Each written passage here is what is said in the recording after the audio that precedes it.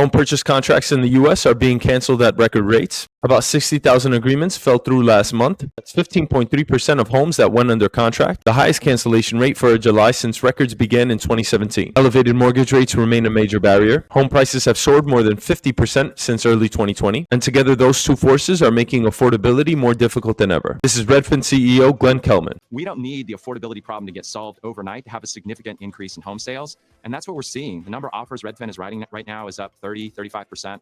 The market is doing a little bit better, but it's doing better off a really big low. So we'll take it.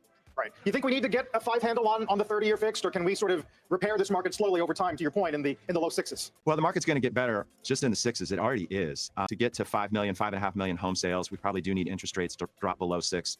That is something that may happen this year, that may happen next year. Sooner or later, rates are going to come down a little bit. Uncertainty in the broader U.S. economy is also weighing heavily on buyers. Inflation has begun rising again, and the labor market is slowing, rising from 4.1 to 4.2% last month. The risks of locking into a major purchase feel too high. At the same time, buyers now have more homes to choose from in many regions of the country. That added supply is easing the urgency to rush into a deal. Instead of settling quickly, buyers can afford to step back, reconsider, or in many cases, cancel their contracts. Industry voices are describing the psychological toll of the moment. Jeremy Caleb Johnson, an associate broker, says that buyers are having economic nausea. They're feeling queasy about the market. They want to buy a house, but sometimes it's too overwhelming when they start to focus on all the moving parts and all the costs involved. Sometimes it's easier for them to cancel and get some fresh air and breathe while mortgage rates come down. But affordability today is at one of the toughest points in decades. Mortgage rates, even after coming off of their peak, remain high enough to drastically cut into purchasing power. A buyer who could afford a $500,000 home just a few years ago might only qualify for closer to $350,000 simply because of interest costs. That gap is forcing many Americans to either downsize their expectations, delay purchases, or walk away entirely. For families trying to refinance, the problem is similar. They're locked into higher monthly payments that strain budgets and limit spending power elsewhere in the economy. That's why the most meaningful impact of a rate cut wouldn't be for the stock market, but for Americans trying to access stable housing. Lower borrowing costs would restore confidence, increase motivation, and give households the incentive to finally make that move they've been putting off. This is part of the reason for the rationale for a rate cut in September. Let me know your thoughts.